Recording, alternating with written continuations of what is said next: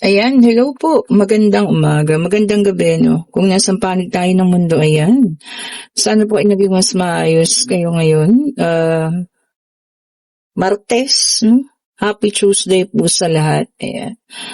Sana ay okay kayo ha sa pagpapanood ng bagong video na ito natin ngayong umagang ito. Ayan, umaga po sa Pilipinas ha. Baka sa ibang lugar gabi, ayan, or tanghali o kung ano man po ha. Tingnan natin kung kaninong situational reading itong makukuha natin ngayong umagang ito. Pwedeng ito po ay sa'yo, pwedeng sa kanya, no? Take only what resonates pa rin. Ayan. Thank you so much po ulit, ha? Okay, so check pa natin. So, kompleto na itong ating first four spread card, no? So, meron tayo dito, the Six of Pentacles, meron tayong King of Swords, meron tayong Two of Wands, and we have here the Hermit. Okay, tingnan pa natin ha. Mag-ingat po kayo ha, napakaraming lamok. 'Di ba? Parang kahit sa katol, hindi na sila natatakot po. So, maigi mag-spray kayo ha. At baka mauso na naman or lagi namang meron talaga dengue, 'di ba? So, mag-ingat po kayo ha.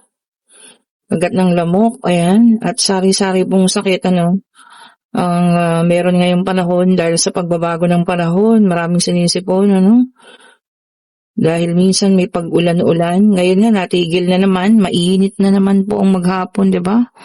So, ingat po. Lagi tayong uminom ng tubig. Ayan. Mag-vitamins. Okay po. Ingatan ang inyong kalusugan, Ayan na, malapit nang mabuo ang ating situational reading. Ulitin ko, take only what resonates pa rin. Kung makaresonate ka, para sa iyo po ang situational reading, ha? O, ito na, kompleto na po ha. So, sa pangalawang hatag, meron tayong Ace of Cups.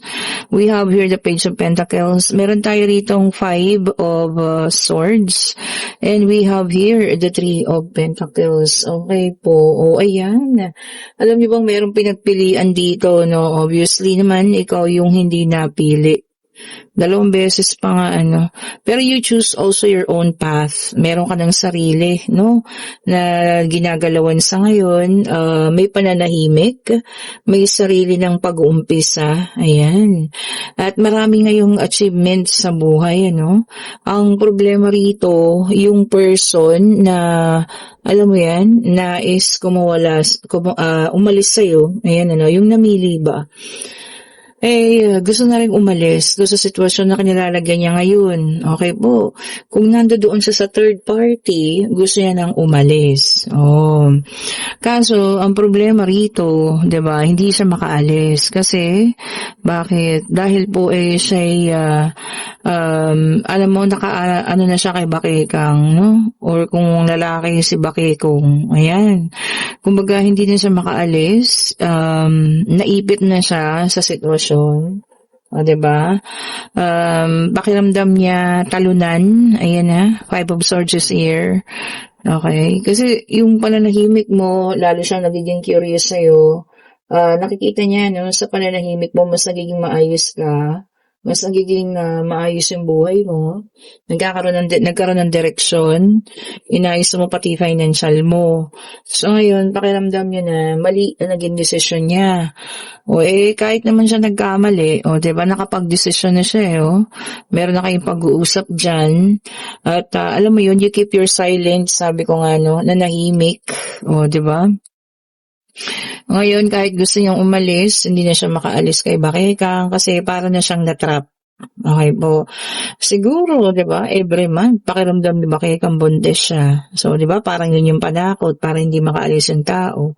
Or ano pa ba ang mga panakot? Kung lalaki, maglalason ako, kikitlin ko ang buhay ko, oras na iwan mo ako. 'Di ba, may mga ganyang salita para lamang sila ay hindi iwanan ng taong mga inagaw nila. 'Di ba?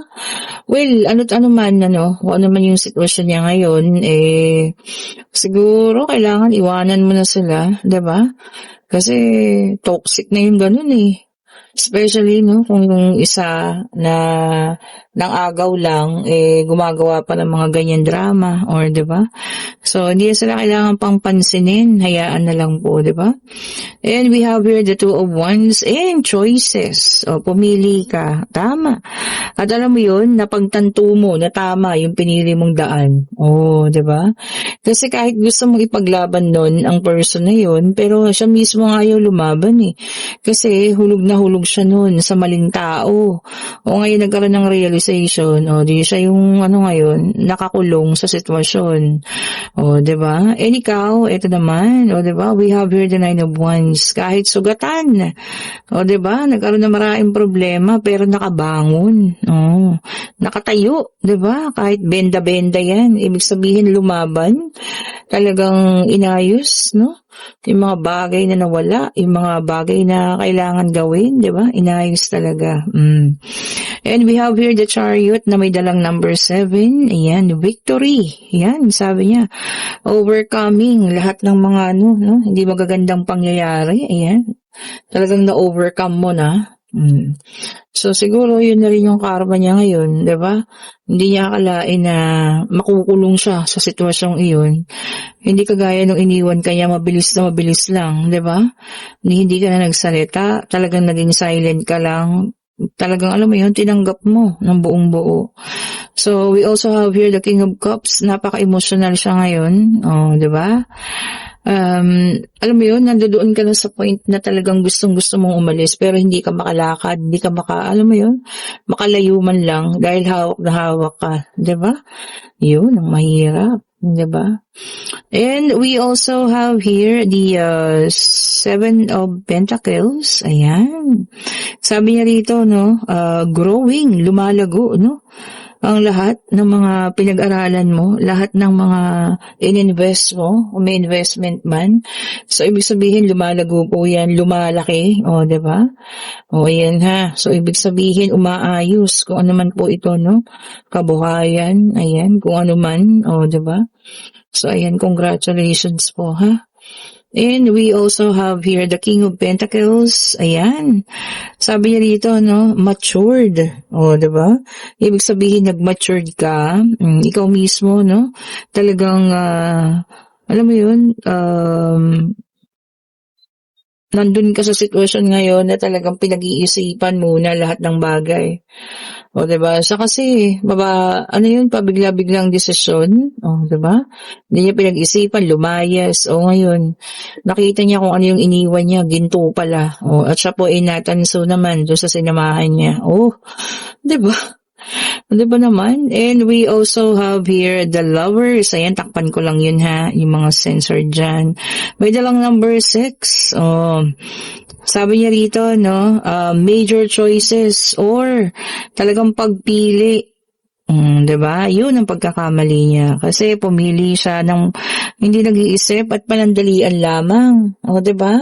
Hindi man lang tinignan kung ano yung pros and cons, kung ikaw ba'y kanyang aalisan, sasamahan niya to. O, 'di ba? So, hindi niya yun inisip. Hinayaan niya na lang na bastang alam yan, makaalis ka. Mismo ikaw ay lumayo, ano? And we also have here the Queen of Pentacles. Ayan. Sabi niya rito, no, independent. Ayan. Kung sino man ito sa inyo, ha? Ibig sabihin, pati sa kaperahan, independent na rin. Hindi lang yung emosyon, o, diba? So, talaga nagiging independent na or naging independent na po, ha, sa lahat ng bagay. Oh, ganda nun, ha? Hindi lang sa emosyon, pati buhay, ano? Naging independent ka na rin. Oh, maganda, diba? And kinuha ko itong pangatlong deck of cards natin, ha? Pwedeng ito po ay sa iyo pa rin, pwedeng kanya, or pwedeng kung kanino man. Take only what resonates pa rin po, ha? Okay, tignan natin. Tumatalon pa. And meron tayo dito, the Four of Pentacles, Earth sign, Taurus, Virgo, and Capricorn. Ito ang sabi niya, no? Sabi niya, self-improvement. Ito pwedeng sa inyo, pwedeng kanya, ha? So, ayan, yung iba naman sa inyo, inu-improve yung sarili. Baka may mga skills na pinag-aaralan, o, diba? Tapos, gustong mag-apply sa iba, at gustong matutunan yun. Baka mas magiging mas maganda yung sahod, no? Okay lang po yan, kahit anong pag-aralan ninyo basta't makakatulong, 'di ba? Yun ang maganda. Kaysa yung mag-aral kayo ng mga bagay na alam niyo yan, hindi naman siya makakatulong sa inyo. And we have here the Queen of Cups, water sign ulit ito, Cancer, Scorpio, and Pisces. Ayan. Sabi niya rito, no, healing emotionally. Oh, ang iba sa inyo nasa healing process na ha. Talagang ano na, ayaw na. Talagang gusto nang iwan ano, yung mga nakaraan at talagang sa emosyon ano. Yung emosyon nila, yung gusto nila talagang maayos, 'di ba? Gumaling, sabi nga. And we have here the King of Pentacles, earth sign ulit. Ayan. Uy, ang ganda nito, no? Sabi niya rito, success, prosperity, no? And is coming.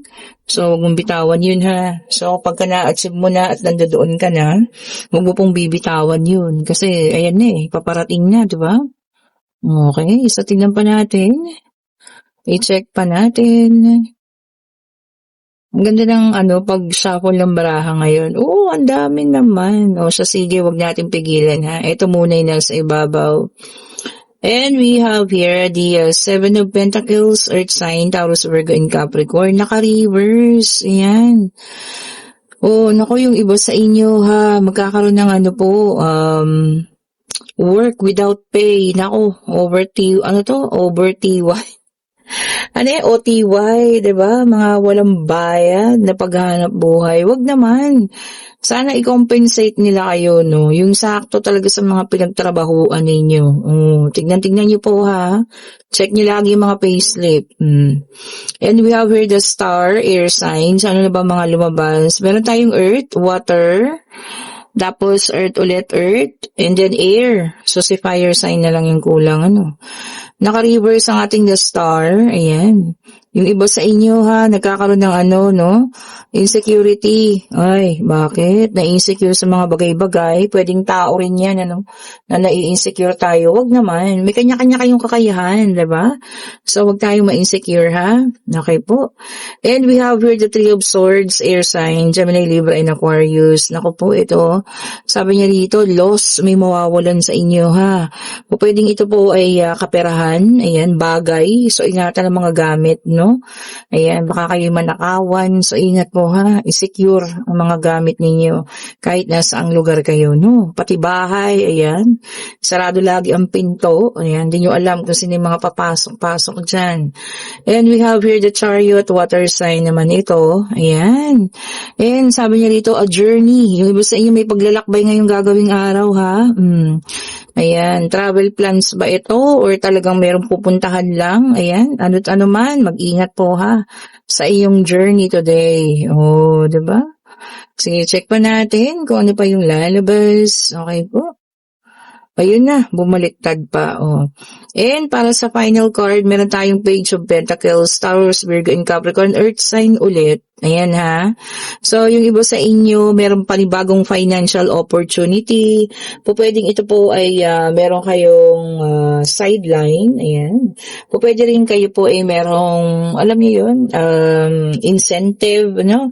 Kung ano man yan, or dagdag trabaho na may bayad. No? Okay lang po yan. Basta kayo po ay well compensated. O, diba? Para alam niyo yun, ma-enjoy niyo naman yung pinaghirapan ninyo. O, diba? Okay po, and pwede na magtanong, pag-ibig, pangyayari, financial, kung ano man ang gusto niyo malaman, ha? O, ayan. Check natin kung anong kasagutan. Divine Universe, ayun na agad. Oh, ayun na po, yes, agad ang sagot, ha? And this is a Three of Cups, okay? And sabi niya rito, no, may mai-engage. O, ayan. Sino ba sa inyo yan? Yung talagang, siguro panahon na rin, baka ang tagal nyo ng mag-boyfriend, girlfriend, in panahon na para ma-engage. O, ayan, congratulations po sa inyo, no? And kung kayo yun nga, sa situational reading, na alam nyo yun, talaga naman, yung mga taong ganun, di ba? Hindi na siguro natin kailangan pa. Lalo na kapag kayo nakapag-move forward na, 'di ba, no? So, kahit na anong gawin niya naman pagsisisi. At saka hindi rin naman siya makatakas pa eh. Sa kinalalagyan niya, no? Kumbaga nakakulong na siya doon sa sitwasyon niya. Eh, wala na tayong magagawa doon. Kasi, alam niya yan, kung gusto niya naman talagang umalis, eh, magagawa at magagawa niya. Eh, ayaw niya rin siguro. O, di ba po? And kung nagugustuhan nating reading pa, like pa, share, subscribe and hit the notification bell para lagi kayong updated sa mga bagong videos na nire-release natin. At sa lahat kong gustong umorder ha, ng ating mga bracelet. Ayan, ito ang order for today. Napakadami. Thank you so much po sa mga nag-order. Ayan, mamaya po papajayin na natin ha. Mamaya pagising ko. Have a great evening po. Have a great morning kung nasaan man kayo. Stay safe po and bye-bye po sa lahat ha.